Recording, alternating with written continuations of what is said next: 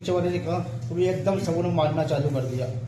मार तो मार इतना मारा एकदम मेरी दाढ़ी पड़ के हैजी और कहे ये बुल्ले सब ऐसे ही होते हैं और इनसे कहो जय श्री राम के नारे लगाओ। मैंने अस्सलामु अलैकुम सामीन, 21 जुमादुल उखरा है, 14 जनवरी है।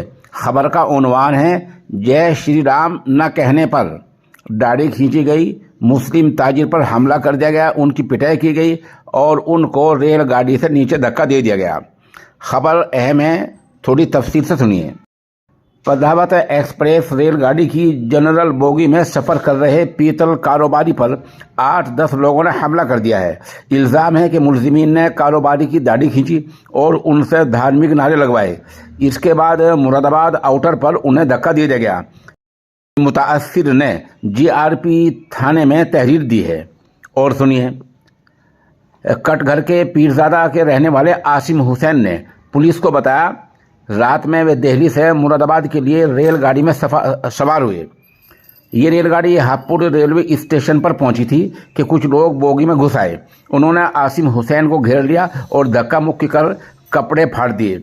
मुखालफत करने पर मुलजिम गाली गलौज करने लगे और मारपीट की। मुरादाबाद आउटर पर उन्हें धक्का देकर नीचे गिरा दिया गया। कारोबारी का कहना है कि वे फटे कपड़े में पड़े थे। उनके एक जानने वाले ने अपने कपड़े दिए। रात में कारोबारी और अहले खाना और दूसरे लोगों के साथ जीआरपी थाना पहुंचे और तहरीर दी। सीओ जीआरपी देवी दयाल ने बताया कि मुतासिर का मेडिकल के लिए ज़िला अस्पताल भेज दिया गया है। वीडियो वायरल होने पर पुलिस ने 2 मुलजिमीन को बरेली से पकड़ा है।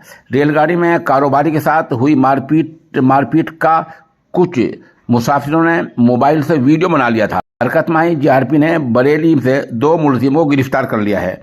पूछताछ पर उन्होंने अपना नाम सतीश कुमार साकिन रायबरेली और प्रतापगढ़ साकिन सूरजगढ़ बताए। सीओ जीआरपी ने बताया कि उन्हें शाम तक कोई तहरीर नहीं मिली थी, इसलिए मुलजिमों का नक़्ज़ अमन की दफ़ा में चालान कर दिया गया है।